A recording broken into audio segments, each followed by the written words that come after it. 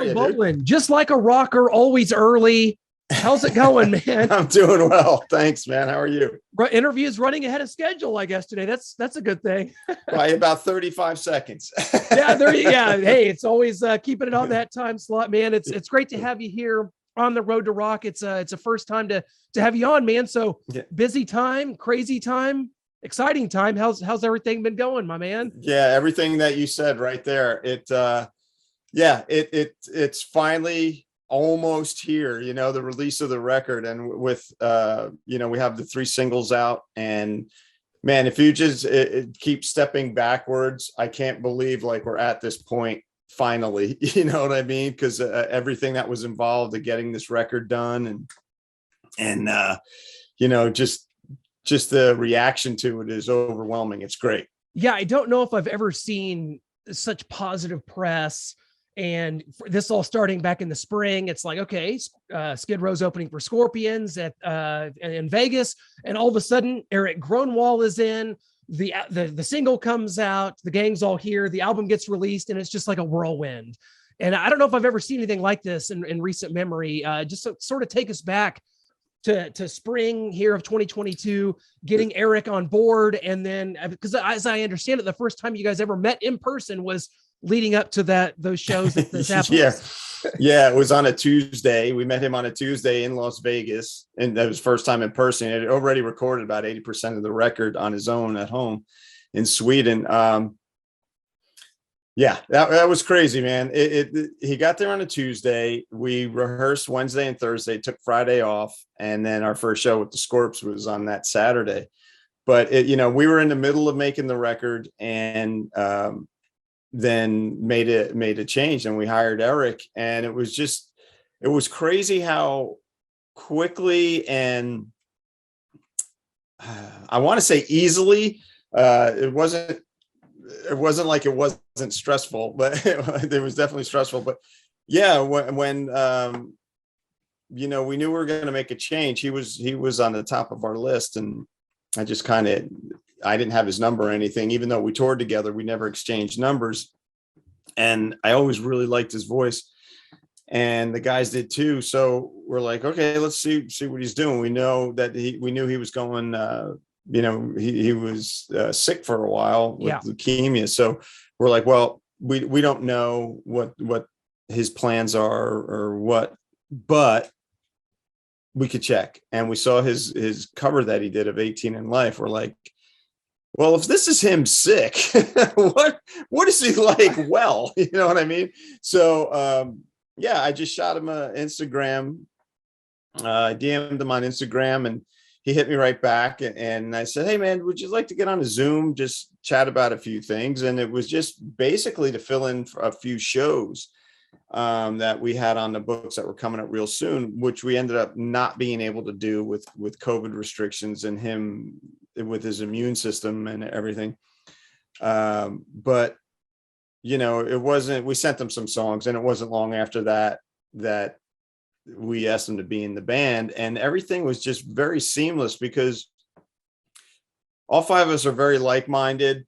He has the same ridiculous sense of humor that we do. He finds the same stupid things funny that we do, that no one else outside of the 5 of us think is funny at all, And it just quickly progressed into like a complete band vibe and friendships.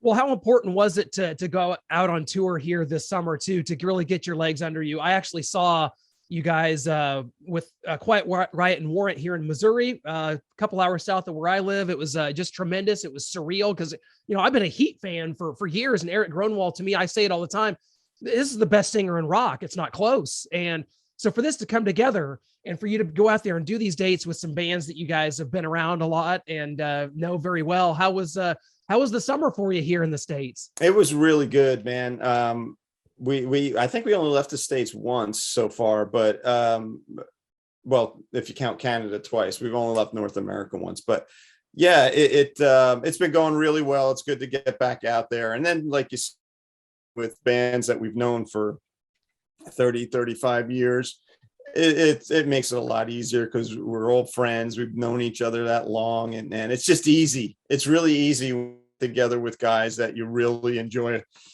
touring with, because there's just, we're all old road dogs. There's none of the BS that comes with a lot of things.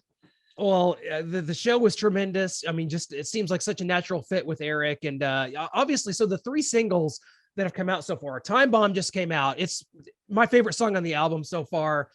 You started with The Gang's All Here, then Tear It Down. So 3 singles, building anticipation for many months leading up to the album, which comes out here next week, the 14th. So was that kind of strategic? You release these songs, these videos, and it's just kind of old school. Like, it really seems like it built momentum for this, and the momentum's never stopped all summer. So this is a strategic win for you guys in my book. Yeah, it seems like it. We're working with a label called Ear Music out of Germany that is just like, it's not often that you hear an artist say that they love the label, and we really honestly do, because they know what we're thinking. They know what, and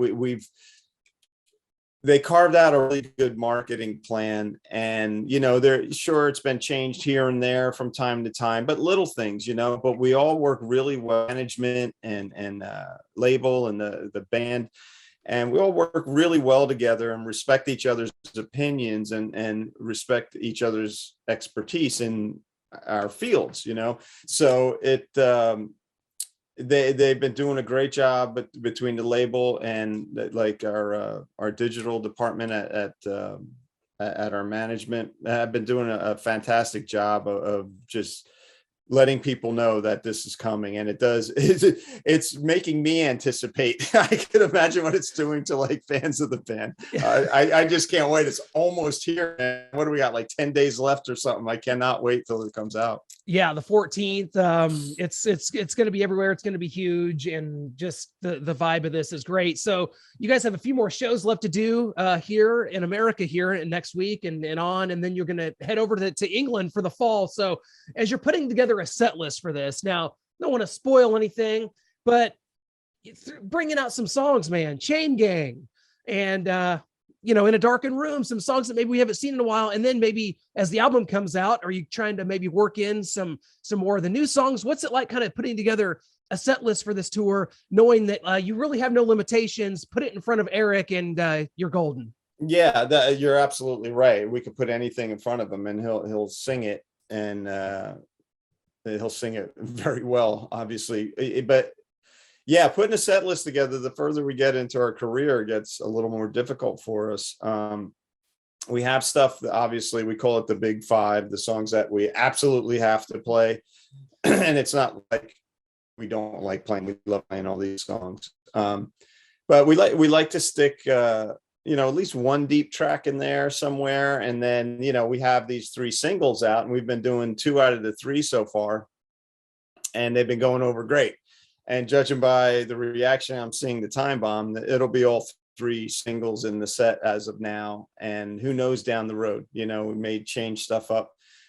If it were up to us, we'd do a 3-hour show because everybody wants to do different songs. And Erik really wants to represent every album that has come out, including the EPs and whatnot. And so someday maybe, but right now we're gonna, we'll probably switch the setup each night, if nothing else, the running order. But we'll take a couple songs out. We always have a few songs that we move around and change with other songs. Well, Rachel, I'm all about moving forward in the direction this band's going, which is tremendous. And I had just, like I said, I haven't seen this kind of momentum for a long time. But if I did have to ask you about one thing from the past, it's a show that is near and dear to my heart. It's something that like kind of caught my eye as a very young fan, and that's the Moscow Music Peace Festival that you guys were a part of. I mean, you've talked before in interviews about Doc McGee and how important he was to you guys, but that show, I'm just so intrigued by it. Like Doc McGee and all these bands, and you had Motley Crue and Bon Jovi, who you guys were opening for on that New Jersey tour. Just take us back, the memories of that. I think Tommy Lee winds up punching Doc McGee after Bon Jovi gets pyro. It was a crazy situation and a memorable show. Well, from my standpoint, it was, I was a kid from New Jersey that only knew about Russia from history books in Right. school, you know what I mean? As most of us were. So we're playing where? Okay, you know, and we just met. I think I think the plane that was going there started on the West Coast, and then the JFK or Newark, I can't really remember. But and then, you know, us and Bon Jovi and Cinderella, and then we went and flew into Germany to pick up the Scorpions, and Wow. it was like a rock roll Uber in the air, you know what I mean? So we picked up the Scorpions, and then we went to Russia, and we got off the plane. They brought us to the base, I believe, to land the plane, and we got off, and it was there was a press conference, and it was all the same stuff. The setting was just so surreal, you know, and we recognized a lot of people other than people in bands, like labels or our journalist friends and stuff like that, photographer friends. And it was really cool, man. And I settled in really quick because I think because of that fact, because there were so many people there that I knew.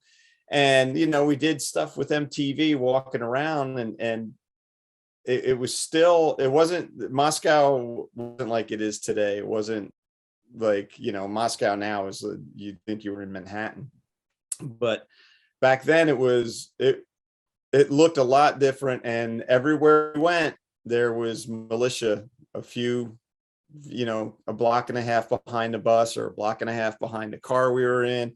When we did this piece with MTV, there was a few different things, and they said you can't show that, when it wasn't really anything. I don't even remember what it was, but it wasn't that big of a deal. I think it was that went up to a window for people for like some kind of medicinal treatment. I don't know what for, but yeah, they were just like, nope, cut the cameras. And it was just really weird. But other than that, it like just shows, and seeing it now, like reflecting on it, seems to have a bigger effect on me than it did while it was happening, because I never knew, I don't think any of us ever knew that it was going to be our generation Woodstock, and, you know, so to speak, and it was just going to be in the rock and roll history books.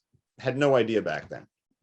Yeah, it's crazy to look back on. Hindsight's very strange about that. So very, very good insight there, Rachel. That was just a tremendous, and something that kind of like my first I mean, I just saw this footage and like something about the stage and the stars and all these bands. It's like, it's kind of blew me away. So Rachel, I'd be remiss if I didn't ask you, you know, about Johnny Solinger. It's been a year now since Johnny passed away. And to me, as someone that saw Skid Row a bunch of times there in the early 2000s with Johnny there, the Thick Skin album, saw you guys on that Kiss farewell tour, which is still going on 20 years later. I thought you guys had just he was a really good glue that really held the band together for many years when you guys were, you know, kind of trying to find your path. So I just wanted to kind of get your thoughts on Johnny, and you know, it's been a year since he passed, and just kind of what that time was like working with him. Oh man, you know, we had a lot of fun. We had a lot of fun together, and you know, he was seeing stuff that we had seen in the past, and he was experiencing things that we had already experienced. So it was cool from that standpoint. And you know, we all became very close knit, and I had a lot of fun, and we did a lot of shows together. I mean, did that whole Kiss tour, thinking we were only going to be on leg, and they asked us to stay, and it was really cool, man. And you know, music together, and sadly towards the end of you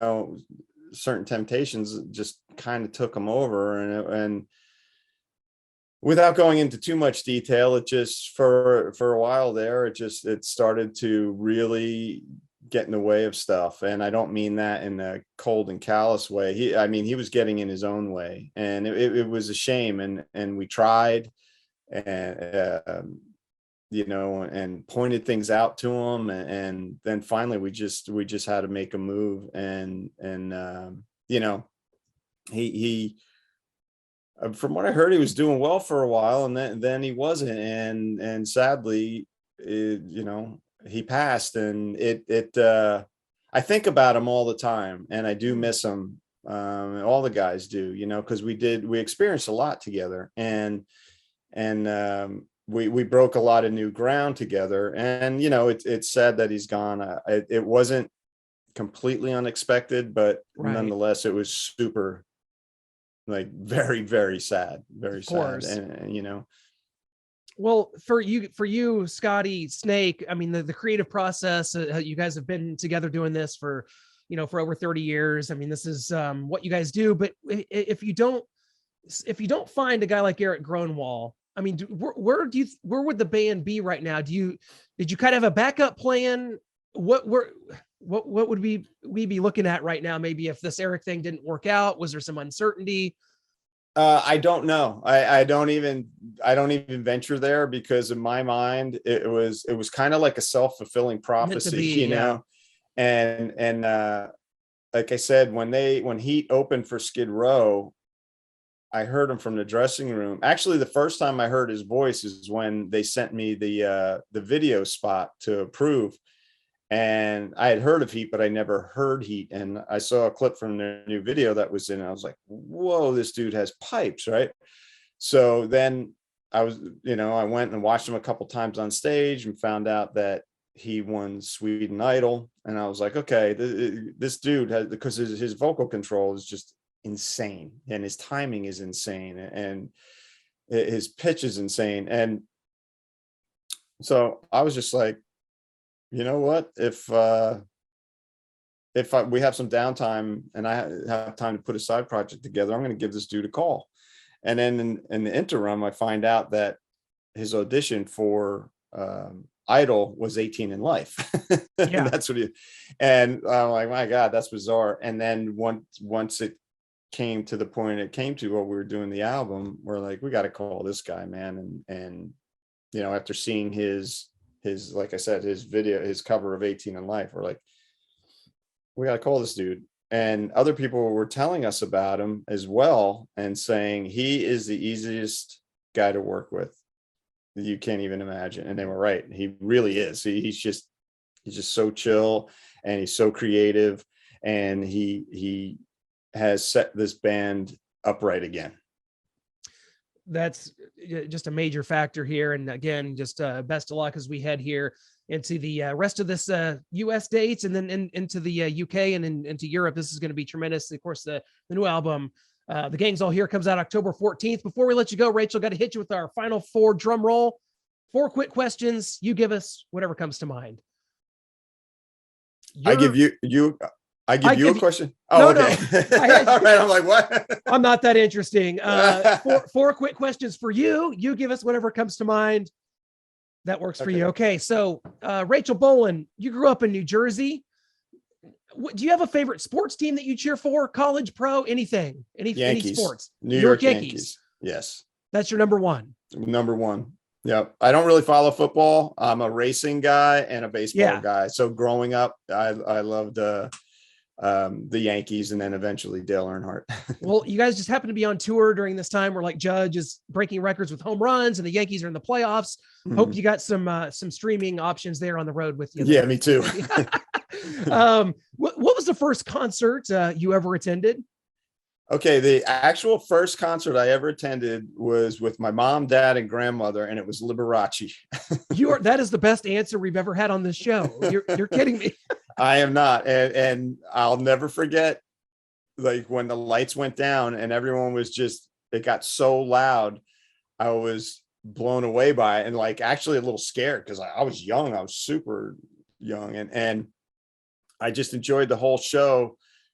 And when he came out for his encore, it was complete darkness. And I don't remember the song he played, but the first chord he hit on the piano, his suit had a million lights in it, and it lit up.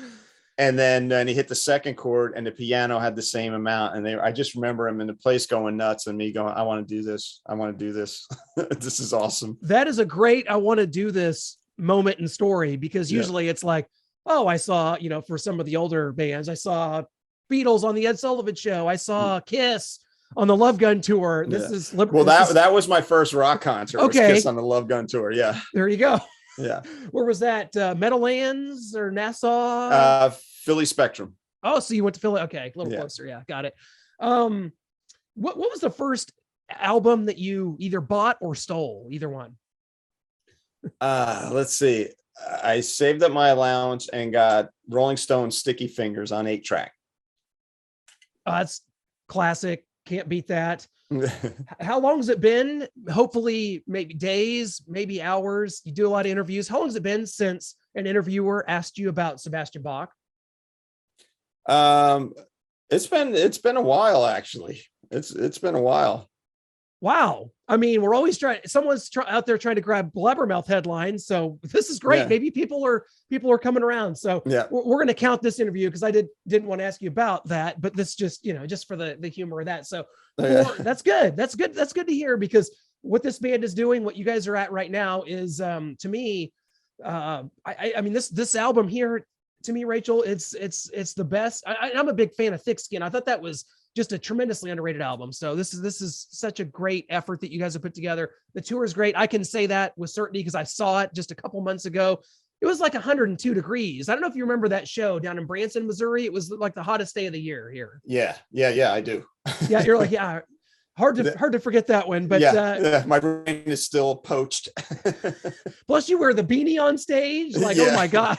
I know sometimes that's just not a good idea. I know it. Man, it's been such a pleasure to have you on again, Rachel. The new album, The Gang's All Here, comes out October 14th. Cannot wait to see the reception, because so far everything's been great. Such a pleasure to have you on. Hopefully we see you back out there here in the States. I know a lot of dates are going to be coming in the UK, probably back in America in 23, maybe. Yeah, man, without a doubt. We're already putting together 23. So it's going to be another world tour, and hopefully get in the studio, do another record. Oh, well, there you go. Yeah. Absolutely. Hey, I got a question for you. Yes, sir. Why am I wearing pink sunglasses? Oh my God, I should have an answer to this. I'm missing something big, and I'm just like, it's going by me. Because October is breast cancer awareness month, and my friend Paul Taylor from Winger is the ambassador for Real Men Wear Pink. So if you go to my Instagram story, you could hit that link and donate. He's raising money for the American Cancer Society. Rachel, I love that. I should have known. I know you're not a football fan, but last night during the Monday night game, a streaker ran on the field with like a pink smoke bomb. Oh, okay. I was like, a pink what?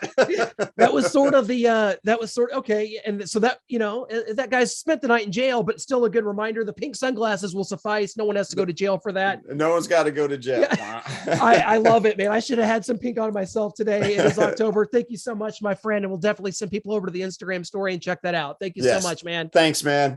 You bet. All right.